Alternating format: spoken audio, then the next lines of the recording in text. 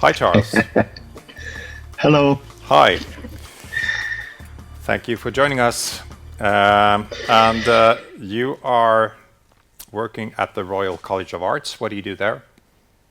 I do as little as possible. I get some of the best students in the world and I help them with their methodology, and they then become my new eyes and ears. So I am someone who has an awful lot of information passed through my desk, some of which I'm going to lay on during the presentation today. But everybody thinks I am a great center of knowledge. I'm not. I'm just really lucky to see some amazing information and to see the next generation who are thoroughly looking into the subject. You're more of a node or a switch. Yeah, exactly. Yeah, that's a great place to be. You are going to speak about how to not to build a brand. Is that correct? How you can destroy a brand too easily. Let's hear about that. No problem.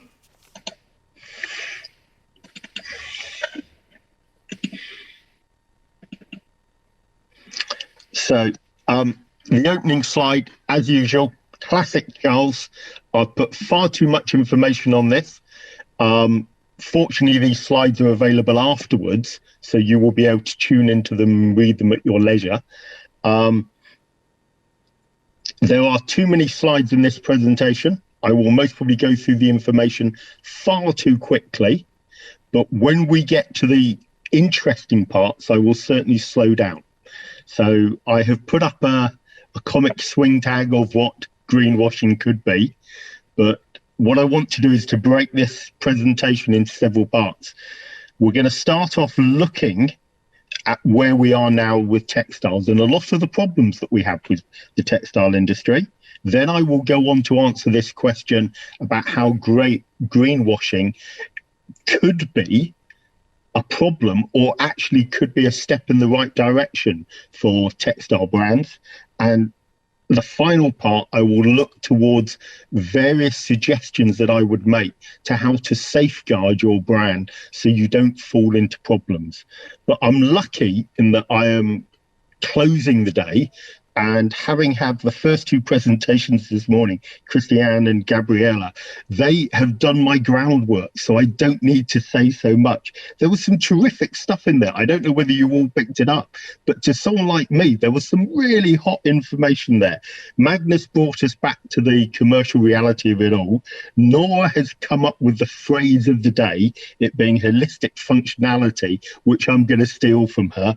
And Carla, the biggest takeaway I took from your presentation was just about collaboration, which is the future, and it's the easiest way going through.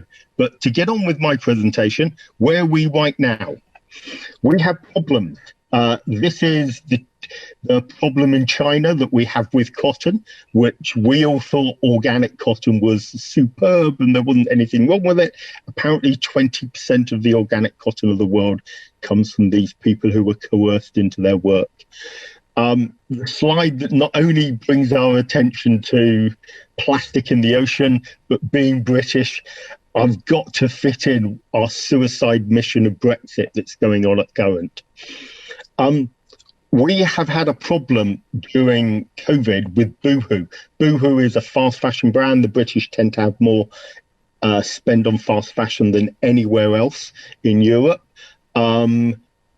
We had an outbreak in the factories of Leicester where we're still making textiles, and Boohoo have come tumbling down because of that. Their share price collapsed.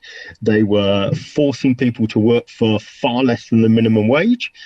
They had a report done which essentially said, yes, you are an evil company, and their share price is back up. Very strange industry.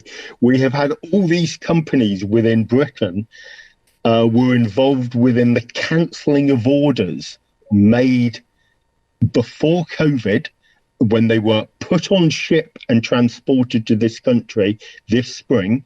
These groups asked for a discount of 1/3 off the purchasing price. So that is more than the manufacturer makes. And any orders which had not at that stage been put into transit, they refuse to pay for whatsoever. So this is an industry with ethics which are problematic. A graphic from 2012. I thought Banksy summed it up very well. I added the bit about whether we're a white supremacist industry, but just about the forced labor. So we're at this stage where we have a growing world population and we need to pay attention to it. Textiles has been really good for the Pacific Rim. I have colleagues in China. I now teach in China, and we've seen a vast growth in the middle class who are copying our bad practice of just consuming at a time when both textiles and actually food have come down relatively in price over the last 50 years.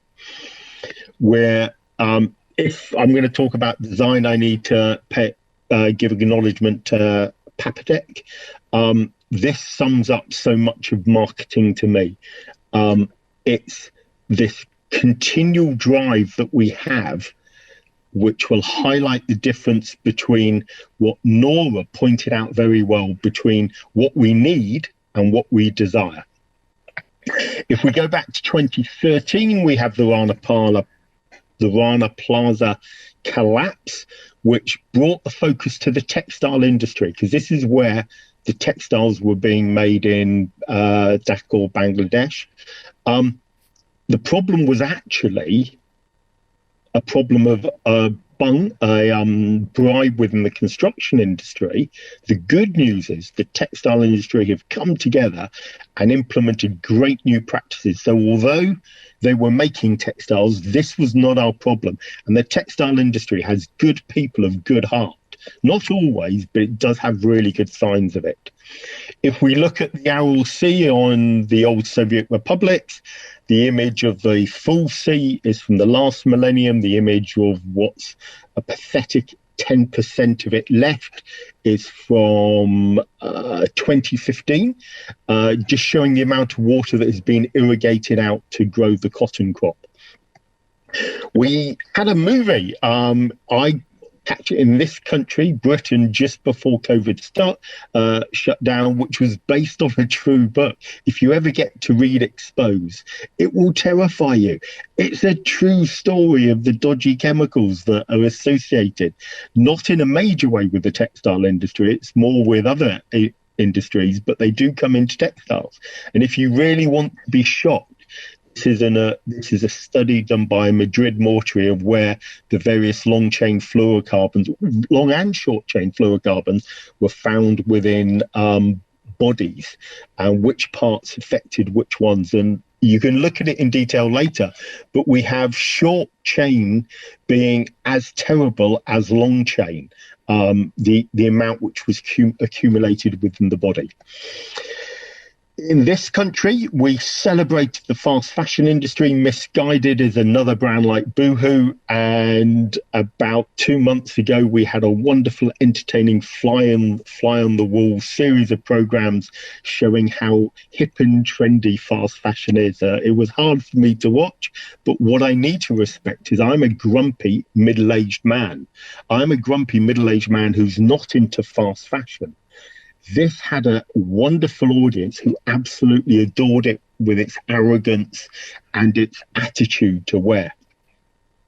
We have an image. This is one of the slides people who remember me from last year I brought up before. This is the amount of textiles that we send to landfill every second of the day in the world.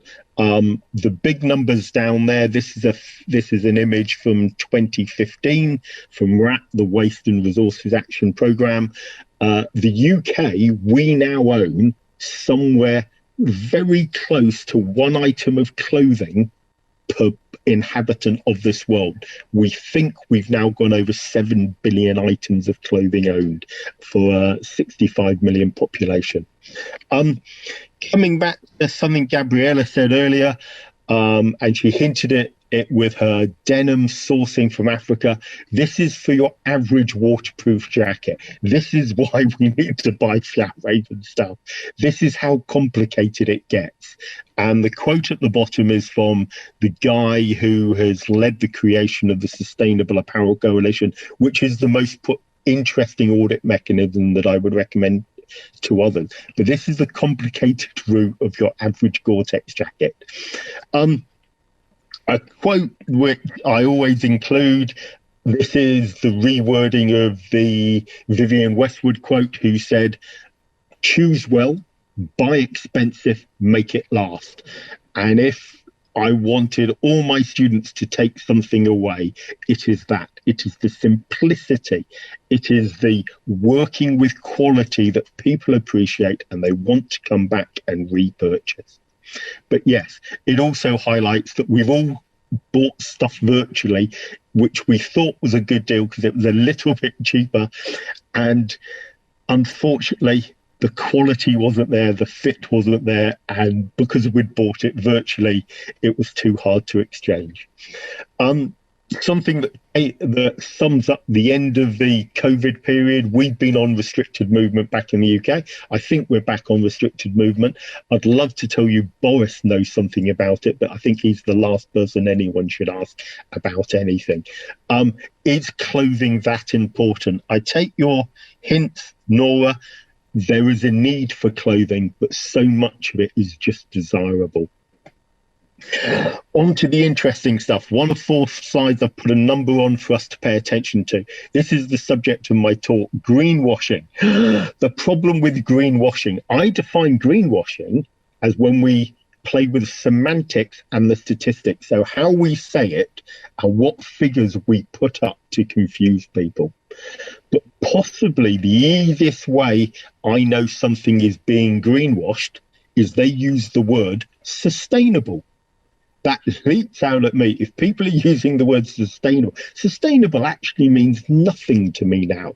I know we think it's the right word to describe everything, but with its blandness, it's just a nice word. Nice is a 4-letter word that also means nothing. Sustainable highlights to me that they're trying to make a green claim, which quite often can be disproven. Now, I've put up the European Commission's definition of it. There's a web link to a Green Room Voice position paper on it, which is very strong indeed. If you guys ever get to come to ISPO or wherever Green Room Voice are presenting, go and look at their work. It's of the highest order. This is why I talk about greenwashing in a major way. Last year, I worked on the report for our Houses of Parliament, the Environmental Audit Commission. It's called Fixing Fashion, which essentially said, whatever you say can be greenwashed. Someone will have an issue with whatever you say for whatever reason.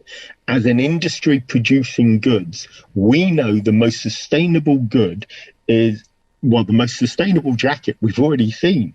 It's Christiane's grandmother's jacket. It's what we already have. But we're an industry going forward and we need the commercial revenue. And as long as we produce any garment, we're going to be criticised, or we can be criticised, but it depends how you defend it. If I buy the latest jacket from Valde, for instance, I know it's going to be made to the highest standards with the best performing materials, which are balanced with the most suitable environmental impacts. Although I am consuming a jacket, by consuming that jacket, it means I've not bought a jacket which has been made of worse materials. But whatever you consume, you can be accused of doing bad to this world. So we need to think about the whole subject of greenwashing. And on to slide number 2. I'm going to say fashion embraces obsolescence because it does. The idea of churn, the idea of going on, which is why the first paper today I thoroughly enjoyed. We've come up now on the emotional durability, which, yes, thank you very much. I just love the Swedish for your attitude with this emotional thing. Durability is talked about by most people as being something physical when a garment wears out. Yarn engineering has changed so much over the last 50 years that rarely happens these days, although the grungy look is actually still in. Fit durability for all of those parents know their kids have shot up before they've worn out of it, whilst we all have our favourite pair of jeans that no longer fits because we have changed shape. But emotional durability is the single most important durability, which is how long do I love this garment for so that I keep wearing it? Or is it actually the anti-marketing? Is it how long until some other garment is tempted in front of me and I'm going to change my adoration? But yes, garments go on to provide four things. It's the utilitarian or the practical nature. It's the comfortable nature. It's the biogenic, I think that is. It identifies us to our tribe or our group. So we've got the psychogenic. But what I put an awful lot of concentration into is the final category, the hedonic, the fun side of garments. We enjoy garments. We take pride in garments. They reflect very much of our values. And we are not all as serious as we are all a bit too serious at the moment. Fashion gives us an opportunity to express our cavalier, our sense of fun. And I'm really keen for that. But I've also thrown in this new word, bottom left, phono-sapiens. This is what will kill those people who greenwash. Phono sapiens is the expression I have for everyone who walks around with a mobile encyclopedia in their hand or a smartphone, whatever you want to call it. The big problem I have with any greenwashing is you're now trying to communicate a message to someone who's carrying an encyclopedia, and they can instantly cross-check the information.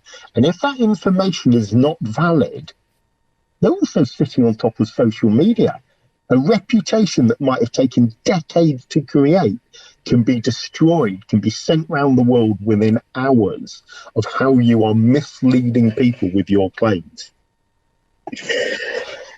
Some information about the UK perspective, about where people, when we ask them, now people will always say positive things when we ask them, and these are values that are being brought out, that business should do something about the planet, the people on it, and also the profitability, the third P, which works very well. But more importantly, we think that business should not only have a responsibility, but I would say should take a lead to protect the natural environment. Government regulation's fine, but I work in an industry where we want to do things before we're forced. And for the simple reason, it is the right thing to do. But yes, going on to what the big situation is now. This is a cartoon that's become reasonably popular within the UK.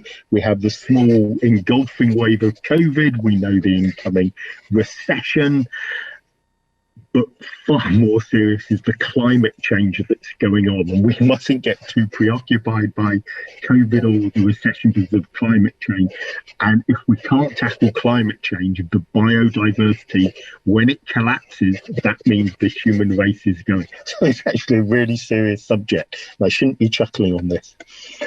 The future out of it, the buzzword, what everyone's looking at right at the moment is regenerative agriculture, which I cannot endorse. It is fantastic. I can't say anything that will take away from regenerative agriculture. I need to endorse it more and more and more. I'll put up two phrases that sum up what it is. The first one is an explanation about how it involves various parts of practice. This is a field in South Africa, which they put a fence down the middle of it. One side was standard agriculture, the other side was regenerative, and you can see the effect and what has gone on. But more importantly, that Rodale Institute quote just actually sums up how we're not focused on the right things in the world.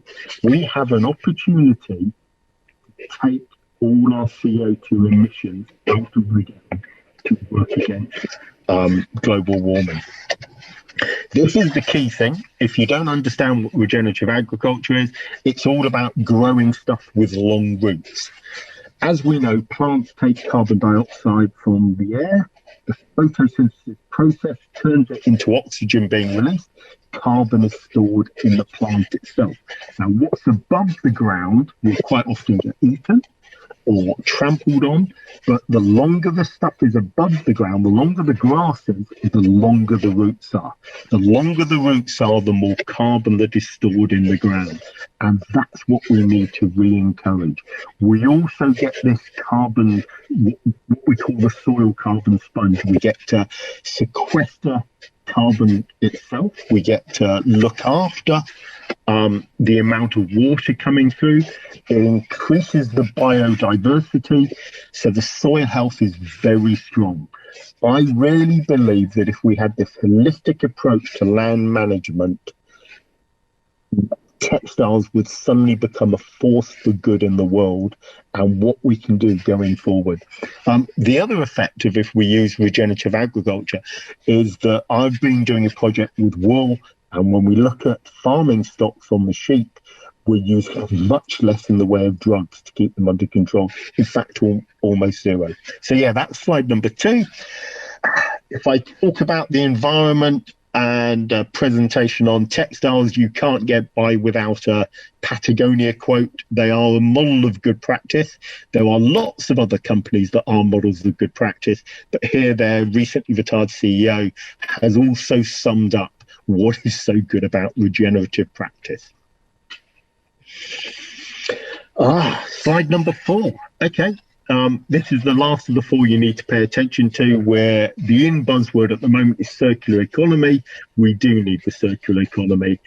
The hassle I have up on it is that people are almost rushing to have a garment that can be reprocessed, can go into Carla's system at the end to be reprocessed. But I would highlight to you that the circular economy is actually about far more serious things.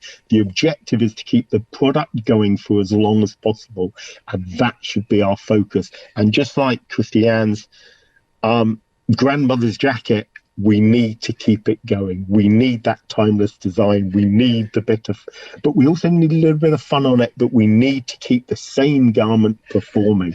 And you can do it by revitalizing it, reconditioning it, repairing, resizing, reducing, reselling, reappropriating it if you're no longer going to use it for such a role, or even relegating it to do other things to it before you should consider recycling it. Anyway, the future collaboration.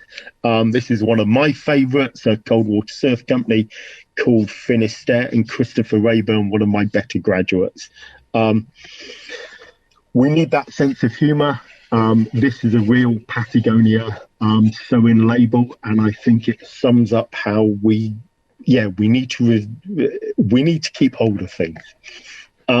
If you really want to secure your future, I think you should become a BCorp company without any shadow of doubt, which is to lay down in your company mantra, not the nice so-called accused greenwashing ideals, but these are things that you are going to do and you will resolve back to.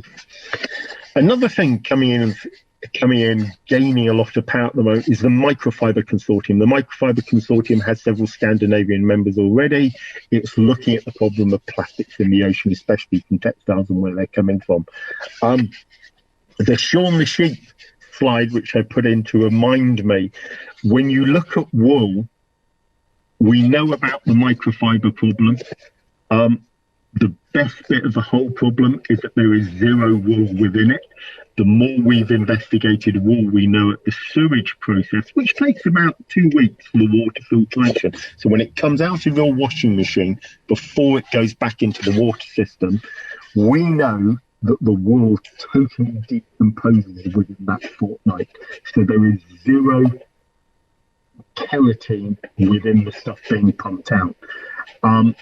On the other hand, the cellulosic product, we're finding not cellulosic type 2, but we are finding cellulosic type 1, which is a big worry, but we're investigating that, and that's ongoing research. So watch this space for more information.